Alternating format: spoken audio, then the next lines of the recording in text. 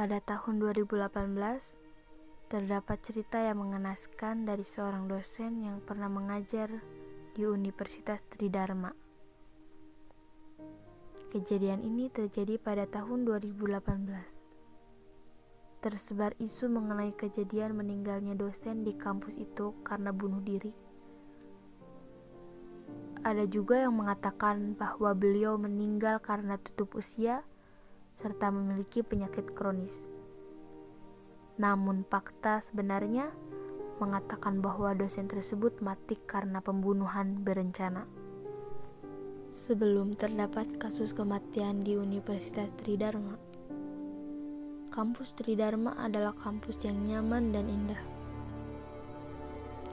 Karena terdapat banyak taman yang menghiasi daerah sekitar kampus, di mana para mahasiswa atau mahasiswi dapat hangout, mengobrol bersama, mengerjakan tugas bersama di taman sekitar kampus maupun di dalam kampus, baik itu di siang hari ataupun malam hari. Kejadian ini bermula saat salah satu mahasiswi bernama Stella yang sangat membenci dan tidak suka kepada dosen yang bernama Pak Gunawan karena beliau pelit terhadap nilai dan cenderung membeda-bedakan dirinya dengan mahasiswa lain. Kenapa hanya aku yang mendapat nilai sekecil ini? Aku lihat Hani memiliki nilai yang lebih besar, namun jawabannya kurang lebih tidak jauh dari jawaban milikku. Apa karena Hani lebih cantik dan pintar ya? Jadi Pak Tua itu lebih menyukainya. Pak Gunawan sendiri sudah mengajar sejak lama, dari tahun 2007. Beliau mengajar mata kuliah ilmu hukum perdata tepatnya. Sedangkan Stella merupakan mahasiswi semester 5 waktu itu.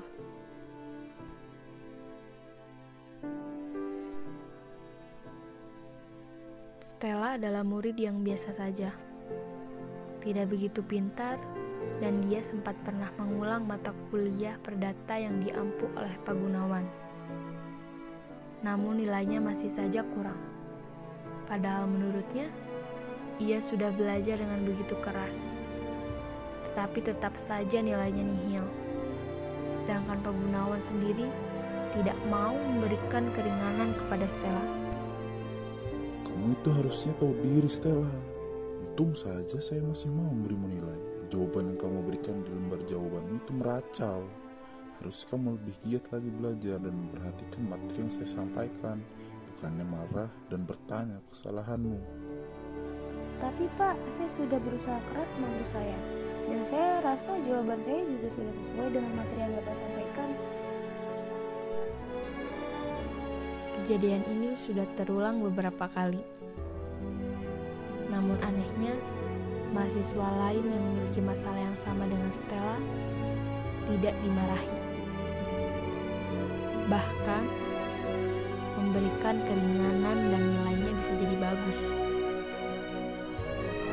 Sedangkan Stella tidak bisa. Awalnya Stella sudah bicara baik-baik dengan Pak Gunawan. Tetapi tetap saja beliau bersikeras bahwa Stella kurang belajar dan tidak pernah ingin memahami materi yang diajarkan olehnya. Akhirnya Stella pun geram dan berniat untuk membahaskan hal tersebut. Dosennya tidak mengetahui bahwa Stella memiliki sifat buruk, yaitu ia sering menyimpan dendam terhadap orang-orang yang tidak ingin berpihak kepadanya.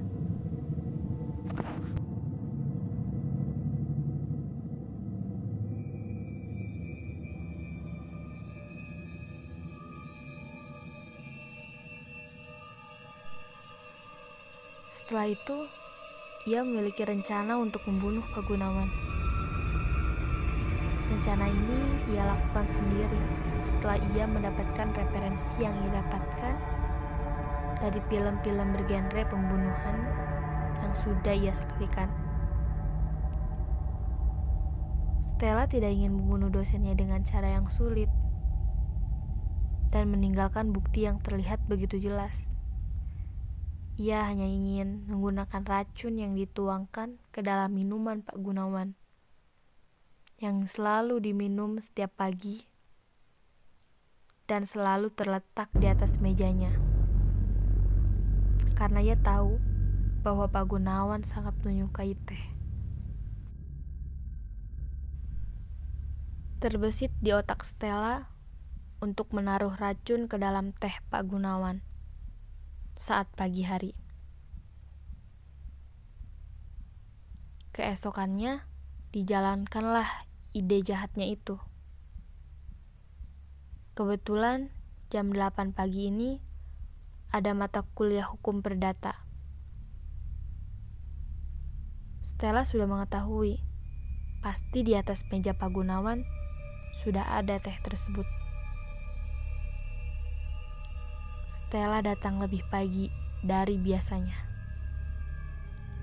Dan dengan santai, Stella menaruh racun di minuman Pak Gunawan. Jam sudah menunjukkan bahwa kelas akan dimulai. Para mahasiswi termasuk Pak Gunawan segera memasuki ruang kelas.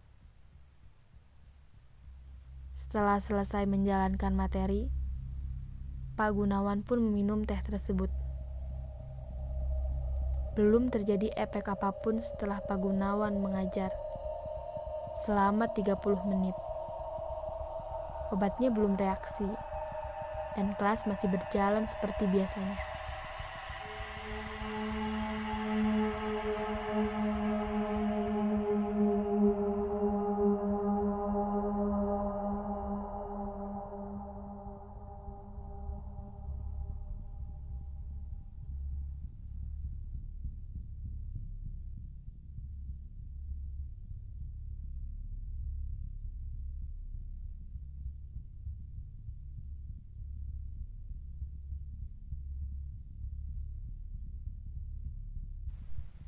Setelah mata kuliah selesai siang itu, tersebar berita bahwa Pak Gunawan tidak sadarkan diri dan mengeluarkan buih dari mulutnya, serta segera dilarikan ke rumah sakit.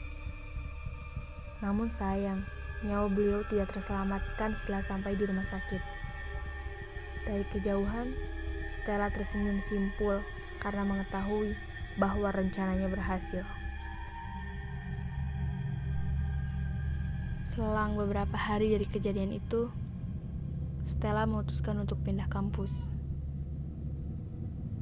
Pembunuhan itu belum diketahui siapa yang melakukannya. Padahal Stella sendiri sudah tahu karena dialah yang melakukannya. Dan kasus tersebut masih menjadi misteri yang belum terpecahkan hingga saat ini. Dan arwah dari Pak Gunawan sendiri masih bisa menghantui kampus tersebut dan sering mengganggu para mahasiswa yang sedang berada di kampus malam hari.